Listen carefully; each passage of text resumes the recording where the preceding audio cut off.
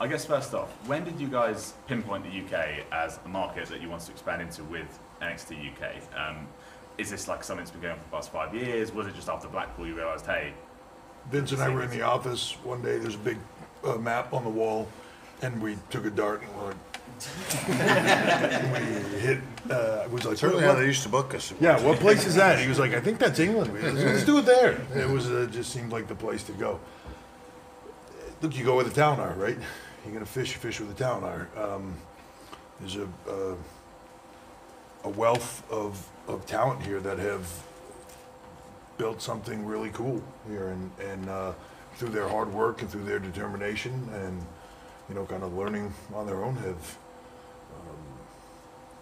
kind of built their own thing here, and to come here and now to, I guess in some way, reward them for that hard work and start to create something bigger here for them, and start to create a pathway that leads them to something more. As we talked about last night, right? This is about being able to make this a career and a long-term career choice for them, and to be able to expand that out so it can be on every level for them and for everybody else, and see that pathway is there to something bigger.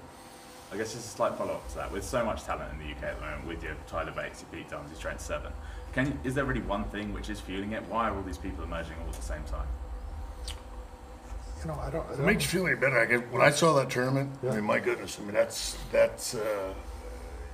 one for me, that's the first time seeing it. But my goodness, that's a far more talent than I was aware of. And then, of course, after that, you begin to investigate, look into it a little more, and you understand it. And I suppose on one end, like I always know that Regal and Fit and all them, certainly they came from the same area, but I guess I would suppose in a naive way over the years you figure that, well, a lot of those places don't exist anymore. It's probably not as big or as many people are doing it. But then when they did that tournament, you see that there's a whole new younger generation of and unbelievably talented young men. And so for me, after you guys did that first UK tournament, and then of course watching then Tyler and Pete take it to the to that takeover, and that just sort of takes it, I don't know, for me, you see that it's something that is so good that it needs to be shown to more than just a small environment. Thank you. Yeah, and I think that to expand on that too, it's funny that when you start to dig into it, to Shawn's point about it not having that exposure, so you're not aware of it, even as aware of the environment globally as we are. Like when we went to go do the Mae Young Classic the first time, and we started to say like, oh, we're going to do this tournament with women, there's enough women out there for us to do this, and we started to go, well, we'll do 16, but that'll be finding 16 elite women of the caliber that we want to be in this will be a challenge. And then we started to dig, and we started to find more and more. Next thing you know, we're at 32, and next thing you know, to do a 32 women in the tournament, I'm going like, boy, who am I going to put in there, and who am I not going to put in there? That became the bigger question about like, well, we have too many. Yeah. We're doing it. We're going to do it again here soon. And we're kind of getting to that point again now. Like, wow, there's just a lot out there. So, they're here and there, and they're all over the place. But I think the talent sort of gravitate towards finding each other, and they end up in these little pockets, and then they're all learning from each other. But helping to bring that out and show it to the rest of the world is the goal. Go ahead.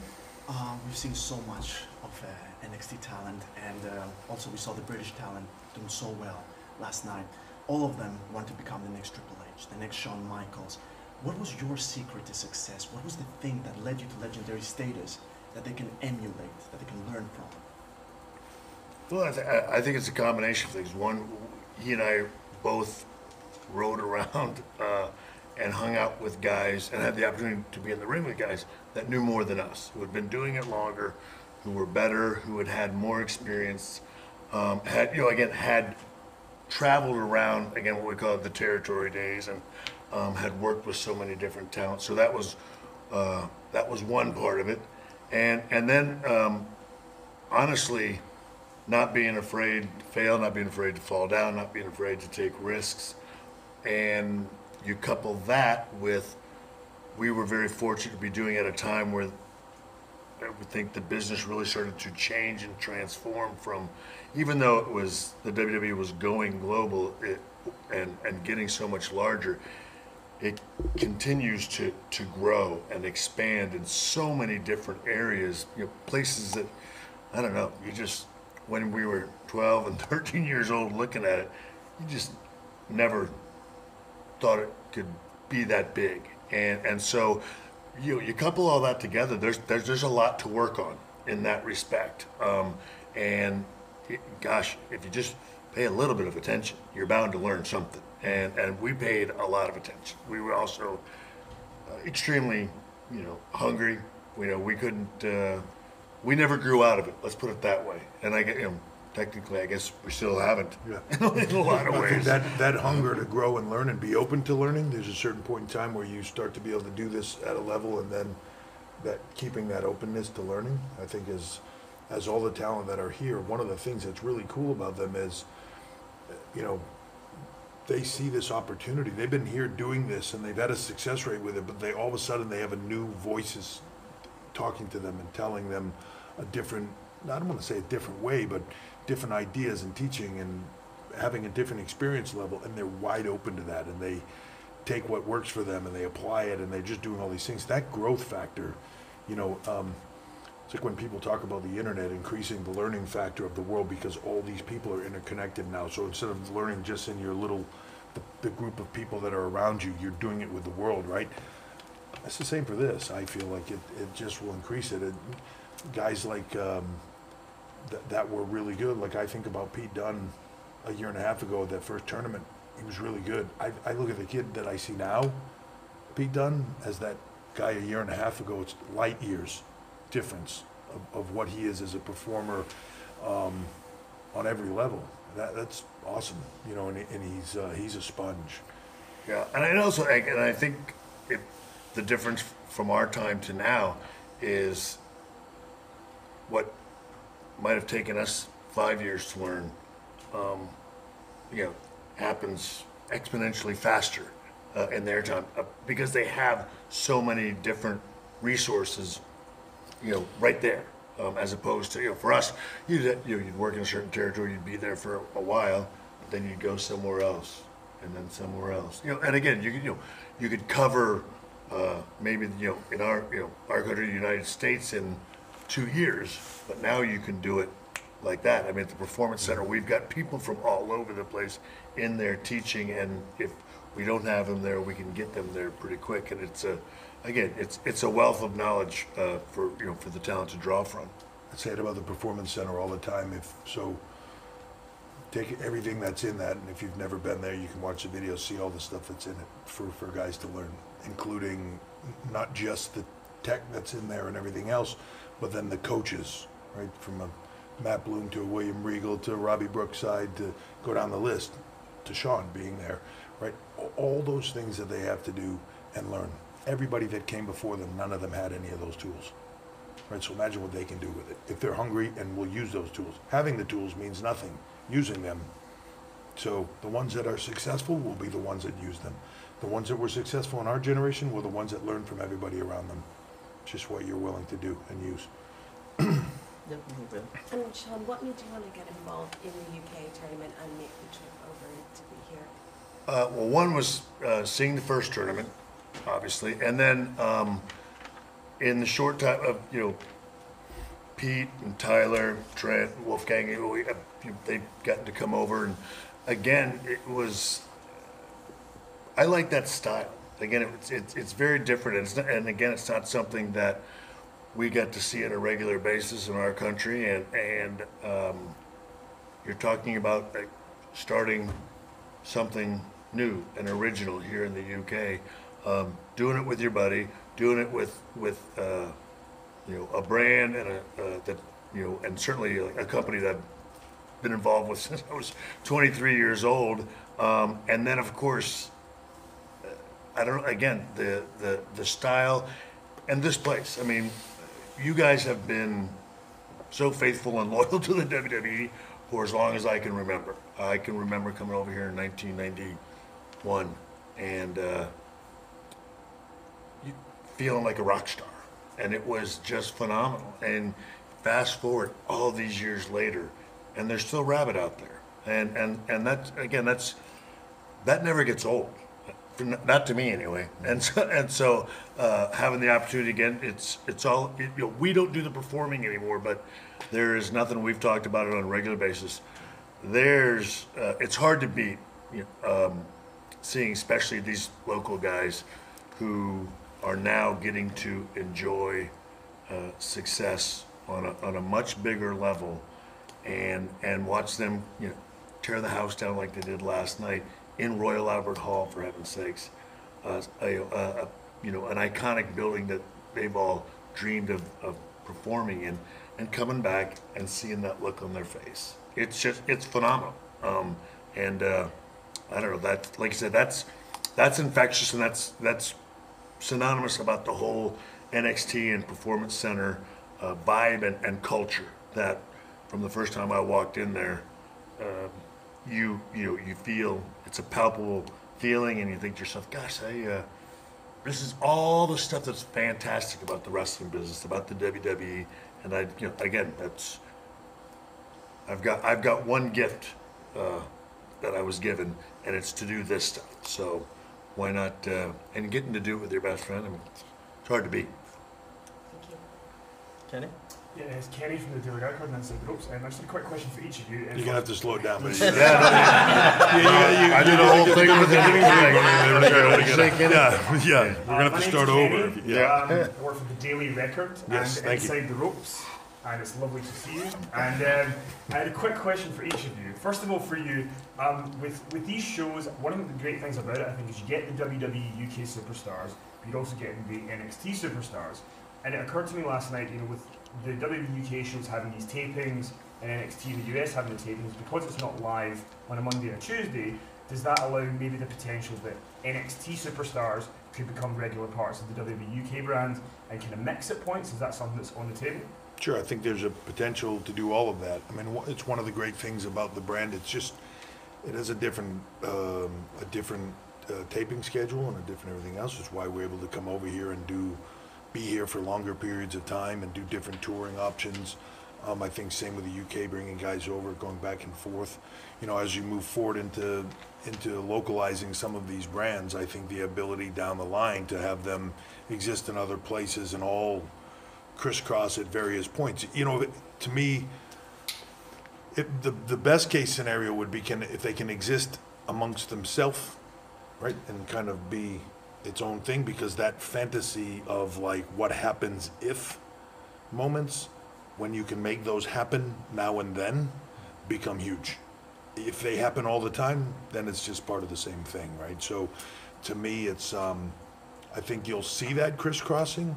I think you're probably more likely to see that crisscrossing, and a guy from here maybe leaves here and goes there for a little while and participates in that for 3 months, 6 months, a year, whatever that is, and then maybe goes someplace else, and you see that sort of territory movement as opposed to just switching on a regular basis.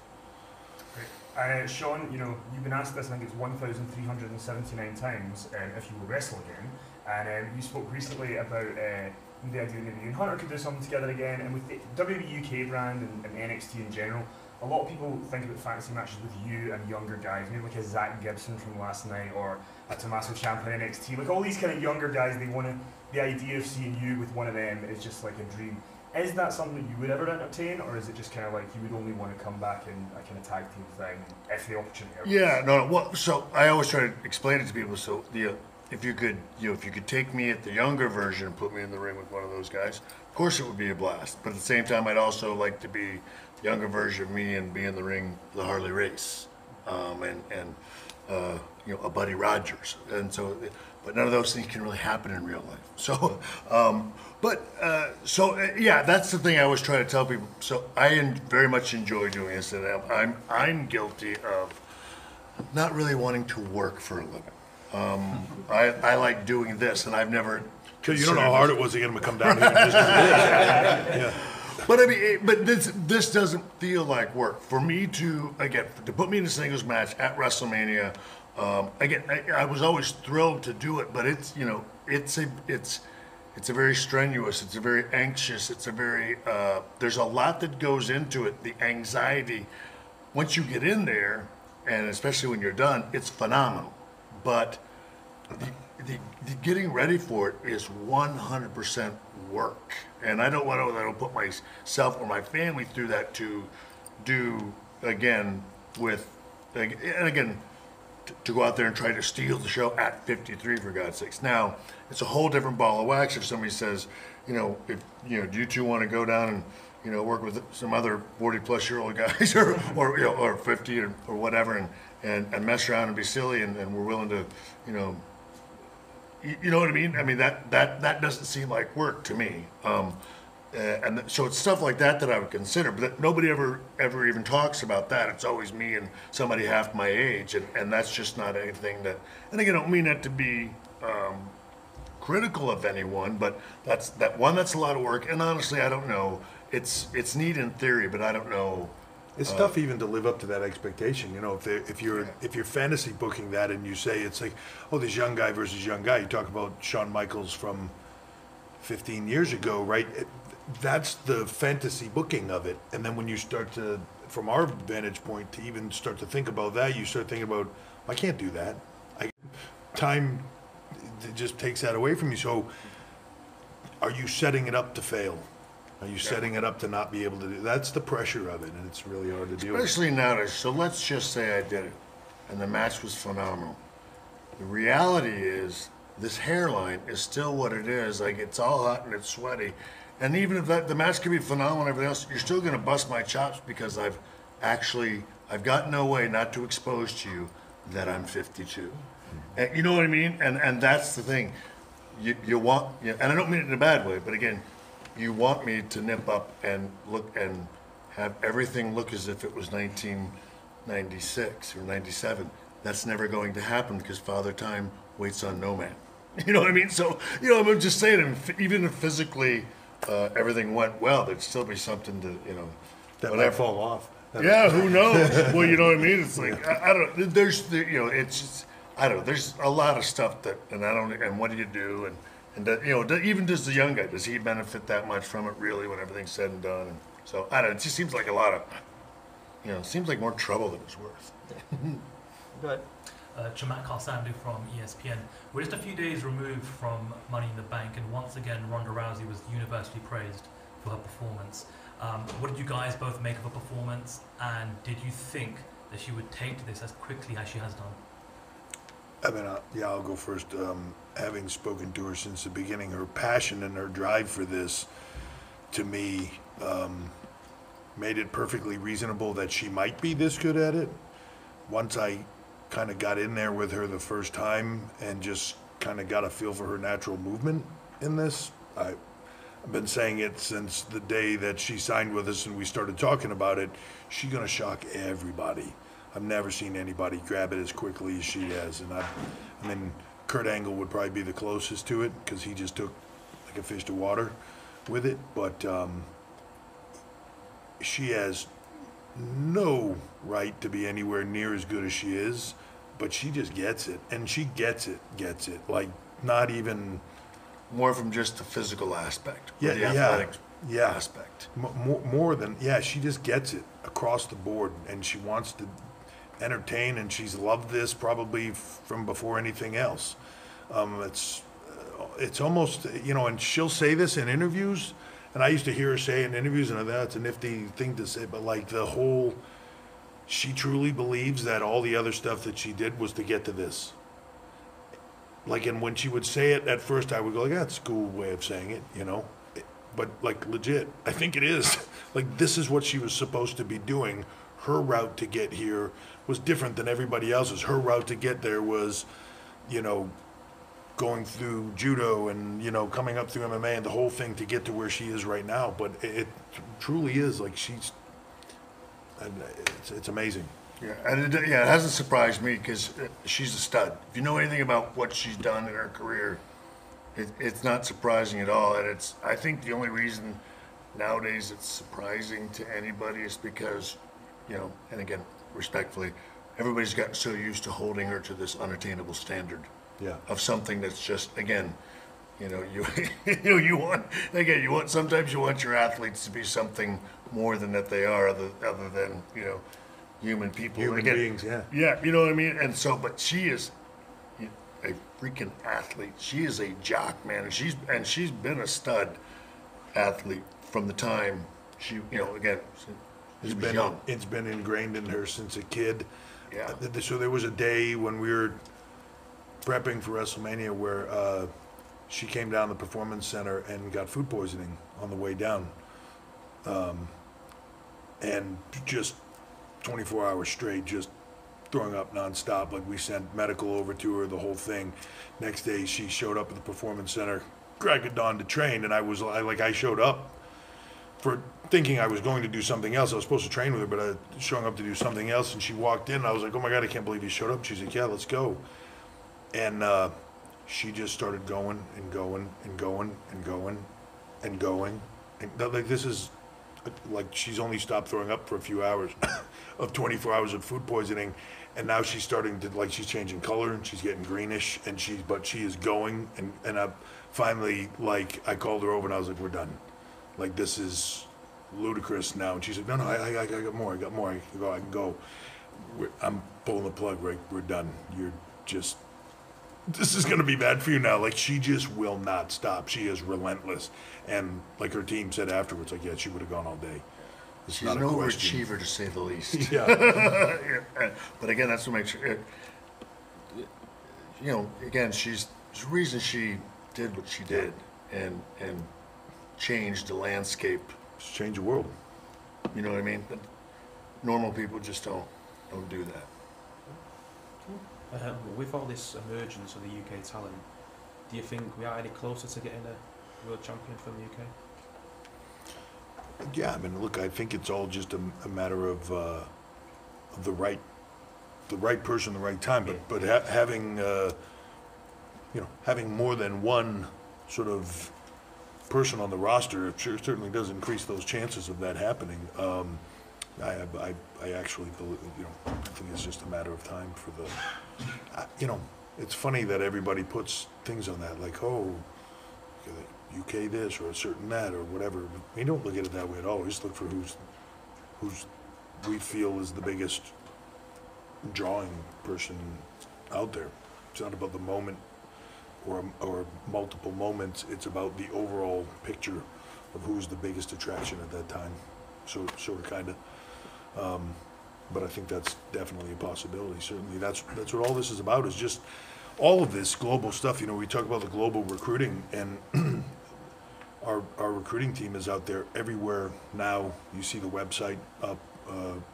It's all in an effort to, as Shawn was talking about earlier, and when we got in the business, it was really difficult to find a way to get into the business. Nobody wanted to give you that route. Nobody wanted to share the information. You had to really kind of stumble upon something through a lot of digging and scratching and clawing to find it.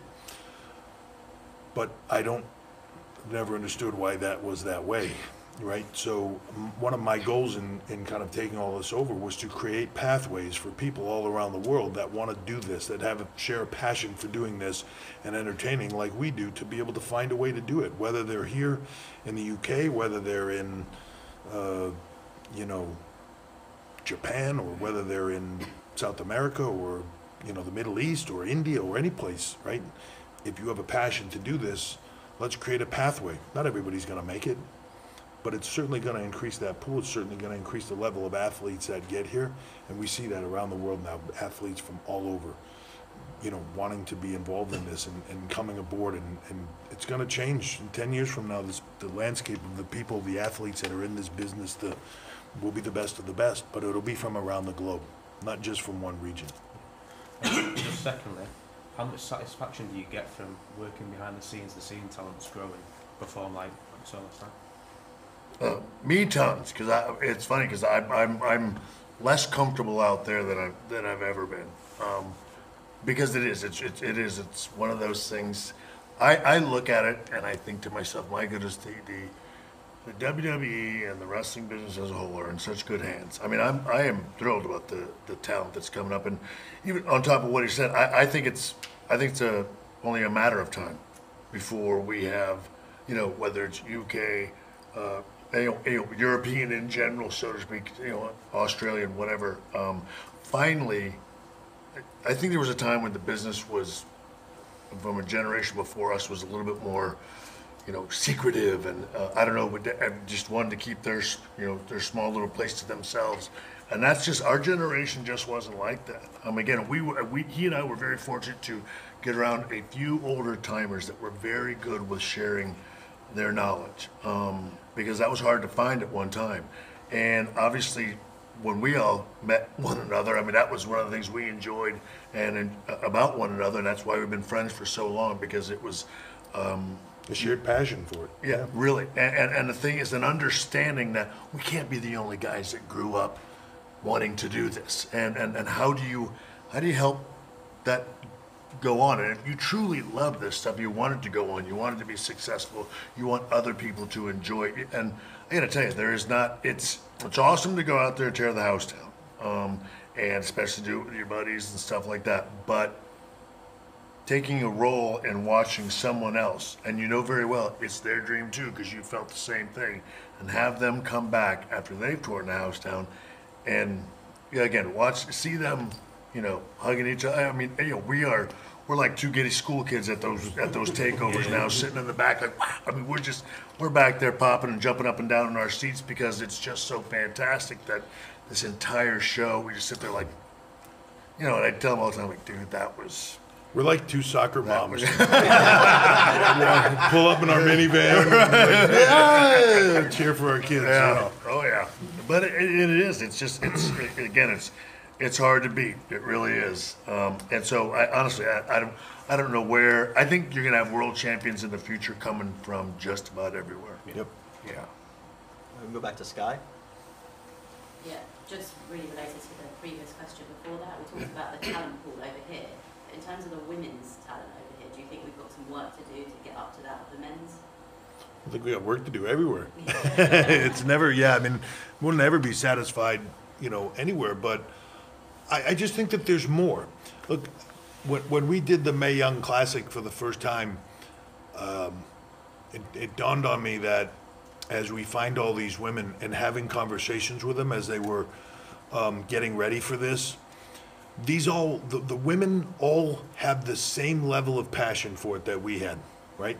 The same just desire to do this, only they did it without, and this is how I expressed it at the time, they did it without a pot of gold at the end of the rainbow, right?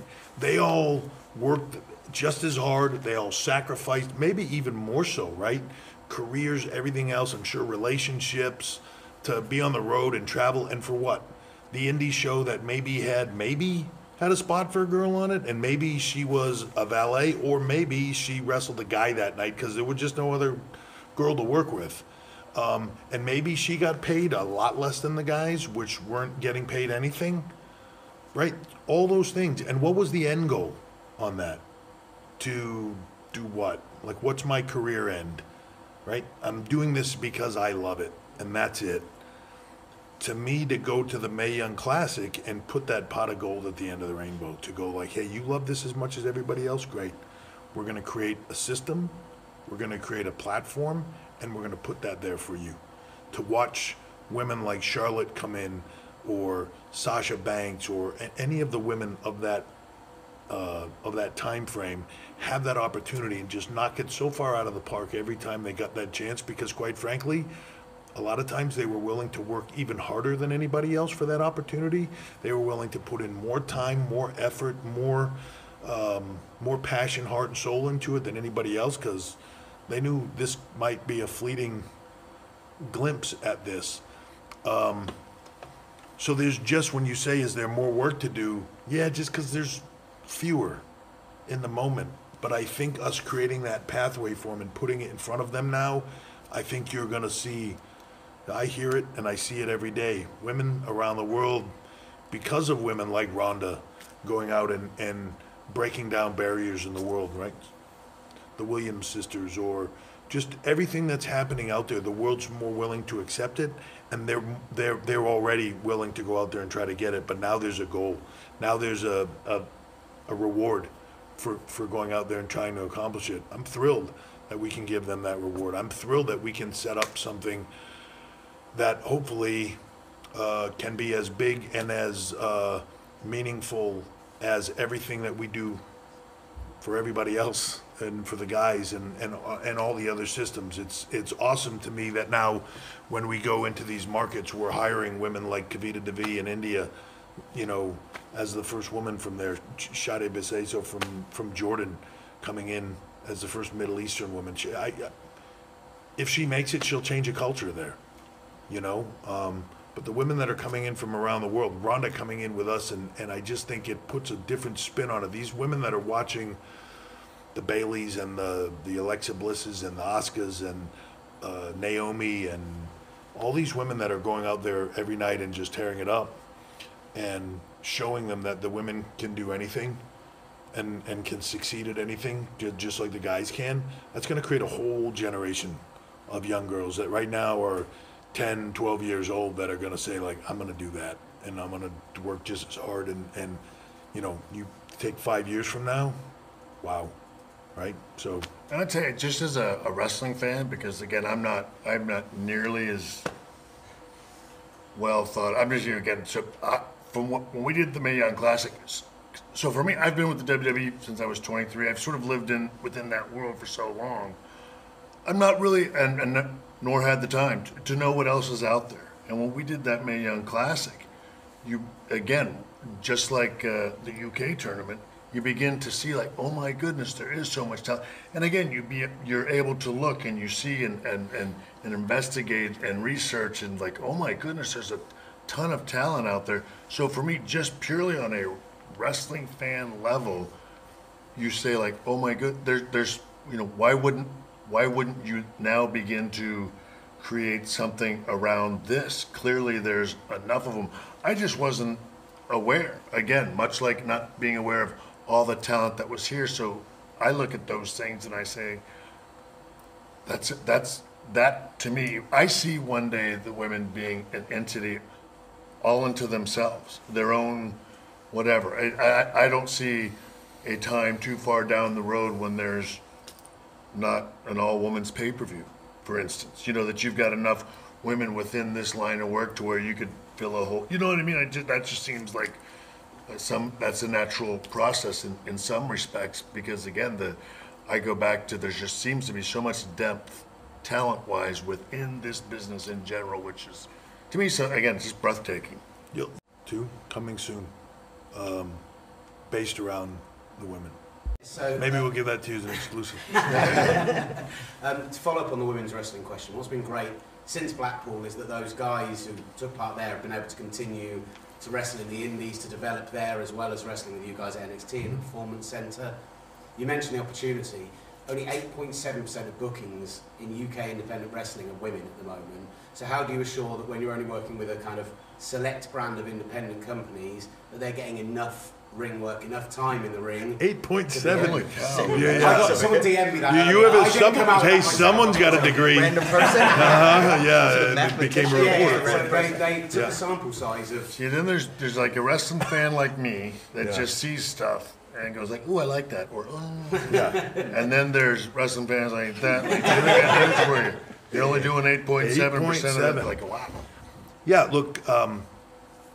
It takes a while to change a culture. It takes a while to change the environment, and I think that is the goal, right? Is to create work for these people, whether that's with us or whether that's us to amplify what they do and still having them do it in other places. That is giving them that experience. I said it yesterday. I want to work with people that want to cultivate talent, all talent, not just particular talent, all talent.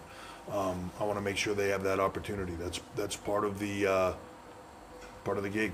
So, yeah, would I like to see that expand? If that's, I don't remember what the question was because I made fun of you. It was. But yeah. With only kind of certain independents, how do you assure that between TV tapings they're getting enough time in the ring to keep developing? We tell the people that we want to work with, book more women, right? Yeah, I need them to get experience. not going to demand you do it, but surely would make me happy. I've seen him suggesting it 4.7 times. Yeah. And you need at least 12.2% women on your shows. And I know Between a guy. the two of us, we've been doing this for 52.45 seconds. So I know a guy that can do the math for you, just to keep it straight. Give me your card on the way out. Go ahead. Alex from Give Me Sport first. John Cena mentioned the prospect of having a match in NXT and showering phase on Velveteen. Yeah. Recently. I can't afford his pay, right, on my NXT budget. I just really can't seem to hit John Cena's level of payoff. But I'll work on it if he wants to take a pay cut. Every single takeover seems to be getting critical acclaim lately as well.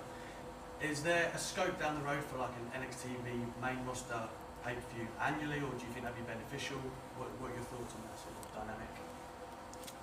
I think that there's opportunity for anything, right? Like I think Vince taught both of us a long time ago, never say never in this, and right, if the opportunity is right. As we talked about yesterday, there's different styles, there's different feels to different brands and all of that, and they all have their different places, but crisscrossing them, having them be a part of each other at the right period of time. Look, we've seen guys come down and work in NXT before or move over to do stuff like that, so it's not beyond the realm of a possibility, especially if somebody really wants to do it. Like, look, if John Cena comes to me and goes like, I have to do this at the next takeover with this person, I'm like, all right, if I have to put you on there, I will. Well, that's the, John's kind of guy. Heck, John, do it for free. I joke about the money thing like that. If he wanted to do it bad enough, he's certainly. Yeah. So. Yeah, and look, the fact that he's saying that, the value in him saying that, the value in him, and the interest level to me that we're creating, that a guy like Cena goes, man, that is so cool, I'd love to do that. The fact that Rock is talking about Ricochet, or that Cena's talking about Velveteen Dream, or, guys like that are paying attention to this at that level.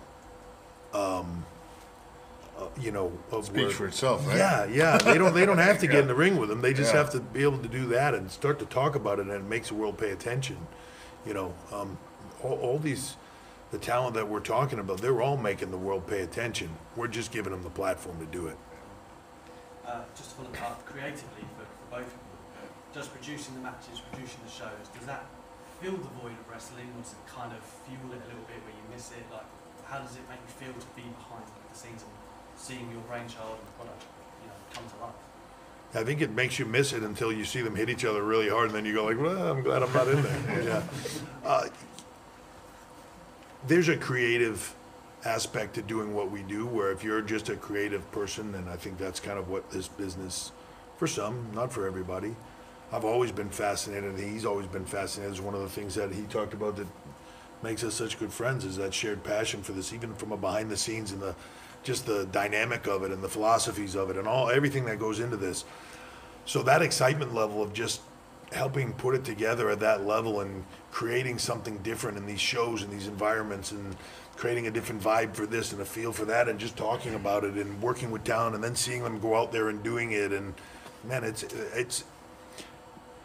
I said it's hard to replicate going out in front of 80,000 people at WrestleMania and having them go crazy, and you're doing what you do.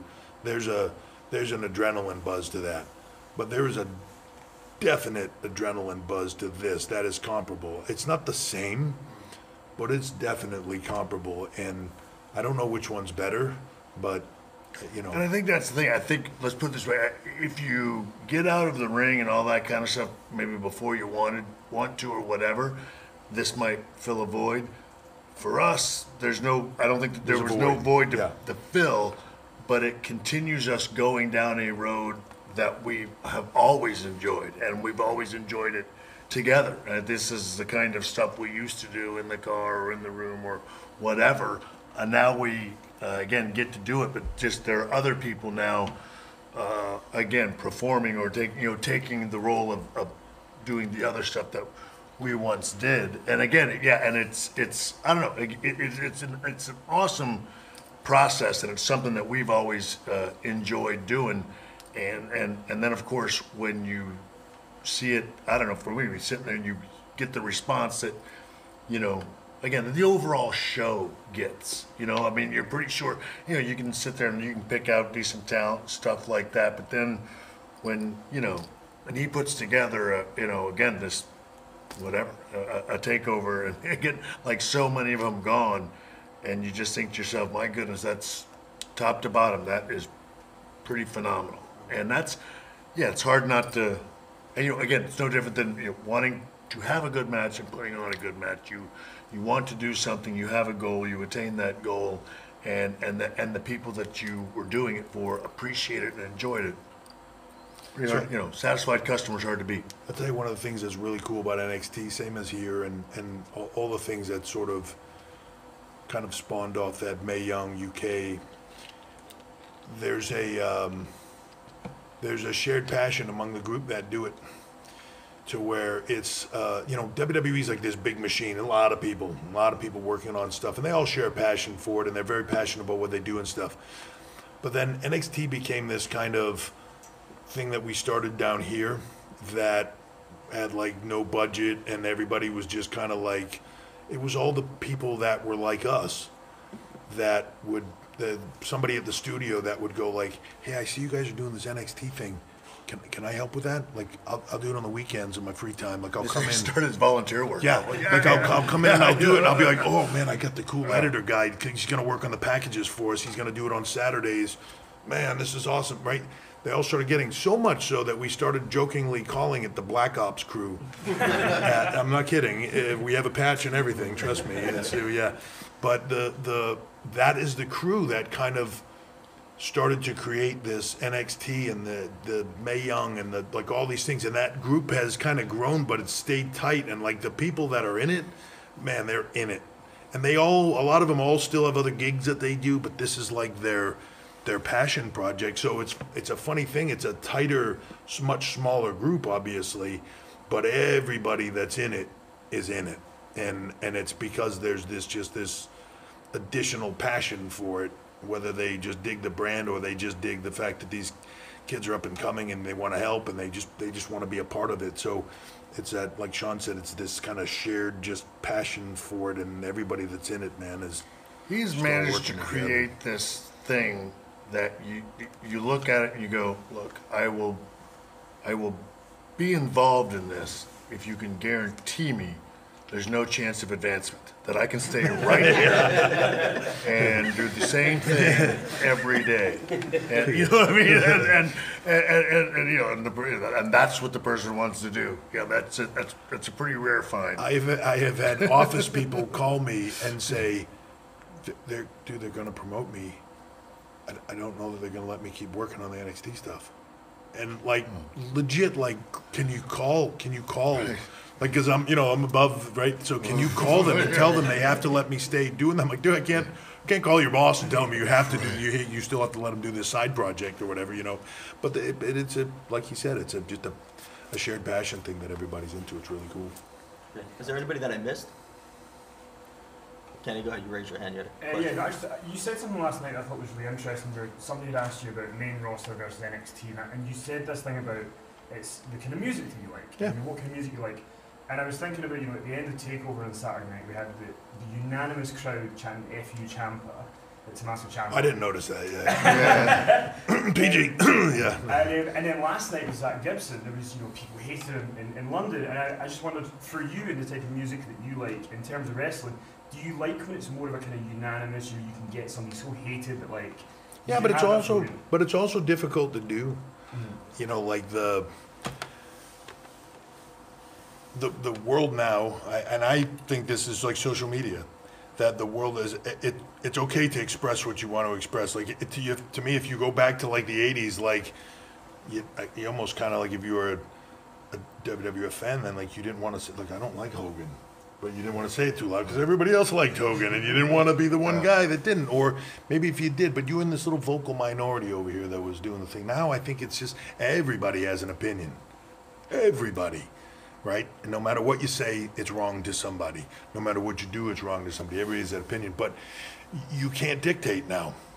So, like, you're gonna create a character that everybody's supposed to dislike, but there's a large portion of them gonna like that. And then when you make somebody that they're supposed to like, there's a large portion of them gonna dislike that. And if you tried hard to flip them, and I know everybody's gonna make the Roman thing on this, but like, there's something to all that. It's really difficult to find. You know, you talk about the Ciampa thing. Boy, it's a magical thing that's happening in the moment for him through the creative and everything else, that he's in this position of being kind of universally disliked. It's unique, but it's a cool thing, and for whatever reason it's happened. It just is. But that's a more difficult thing probably now, I think, than it's ever been in this business to come up with a universal one or the other. Yeah. You know? No, for sure. Well, again, even at the beginning of that match, I mean, there was a little bit of a dueling Yep. at the beginning, but then by the time it was done, you know, there were, you know, it was pretty decisive. And again, but that's what's so great about this. I mean, and we love it, but it's still a fact. I mean, fans of anything, not just WWE fans of anything are, you know, again, if you're winning, they're for you. If they're losing, you know, again, I mean, you guys are like that with your soccer and everything, right? I mean, I mean, I would imagine folks don't go to a soccer game in hopes that, you know, big fight breaks out and it comes on the field and everything else. But sometimes it happens because of emotion or whatever. I mean, you know, sports fans are passionate about what they do, and it causes them to do whatever. But same we with recognize music, it, too. yeah. And Yeah, same with music. It's cool.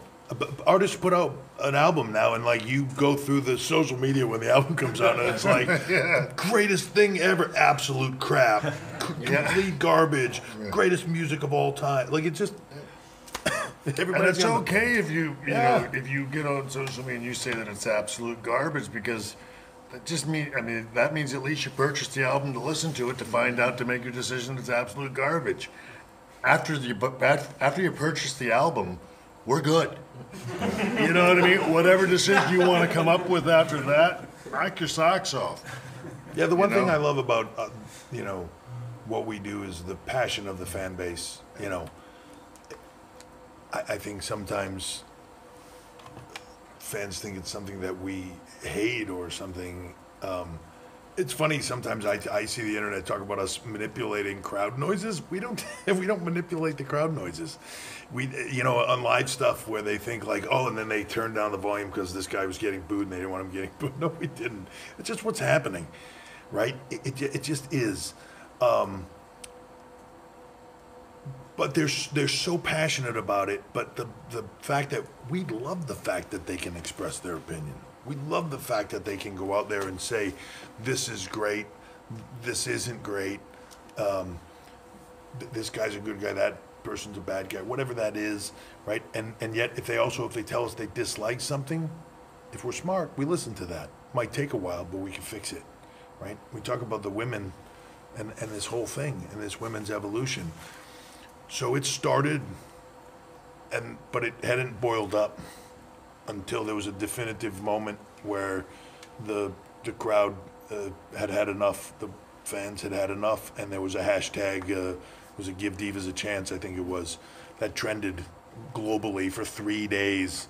Like the noise, right? Vince responded on social media, keep watching, we hear you, keep watching, right?